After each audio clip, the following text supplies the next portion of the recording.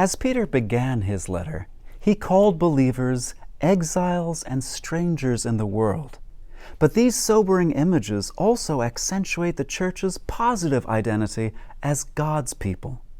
Today's passage includes some of the most stunning images of this new, positive, collective identity. Let's hear 1 Peter 2, verses 1 through 10. Rid yourselves, therefore, of all malice, and all guile, insincerity, envy, and all slander. Like newborn infants, long for the pure spiritual milk, so that by it you may grow into salvation, if indeed you have tasted that the Lord is good. Come to him, a living stone, though rejected by mortals, yet chosen and precious in God's sight. And like living stones, let yourselves be built into a spiritual house, to be a holy priesthood, to offer spiritual sacrifices acceptable to God through Jesus Christ.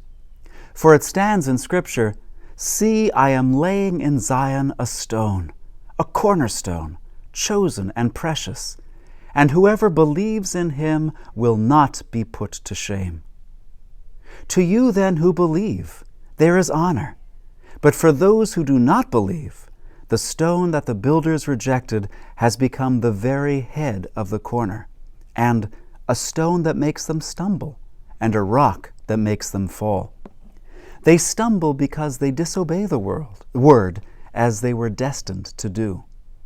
But you are a chosen race, a royal priesthood, a holy nation, God's own people, in order that you may proclaim the mighty acts of him who called you out of darkness into his marvelous light.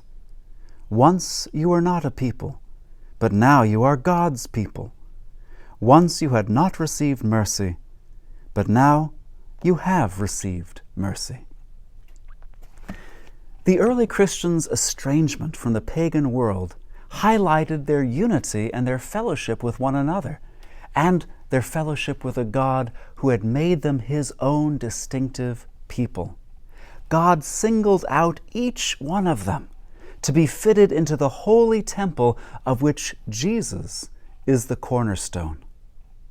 Look again at verse 5, where we are called individually living stones that God has brought and fitted together into a spiritual house that is, at the same time, a vibrant body of priestly ministers ever seeking out what offerings they can make to honor God. Look again also at verse 9, where we are called a regal priesthood, a holy nation, a political body governed by God, God's special possession, brought together especially to make known everywhere the virtues of the God who called us out from darkness into his marvelous light. How might these images inspire us to act together as a congregation? Priests associated with the earthly temple maintained a high level of purity in order to handle holy things safely. Peter also prescribes purity for the believers, whom God called to be both priests and temple. It is not, however, a purity concerned with bodily cleanness. Rather, we have been purified by obeying the truth, and we continue in that purity as we have sincere love for our sisters and brothers. Look again at verse 1. What defilements are we called to avoid? All of these vices that Peter lists here are threats to sincere, open, loving partnerships between the people of God.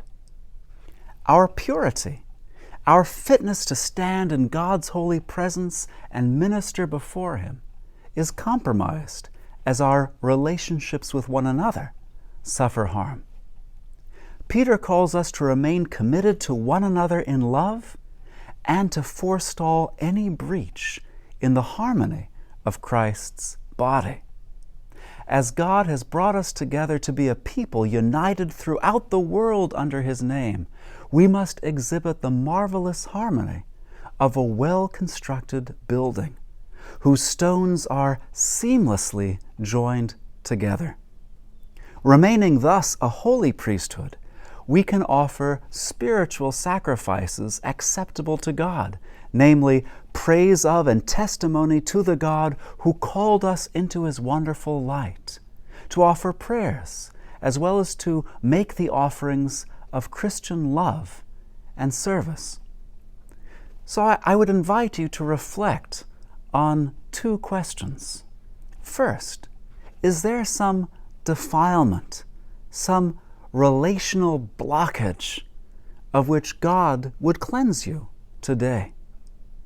And second, since we are all ministers of God together, how will you serve God as a minister in His name this day?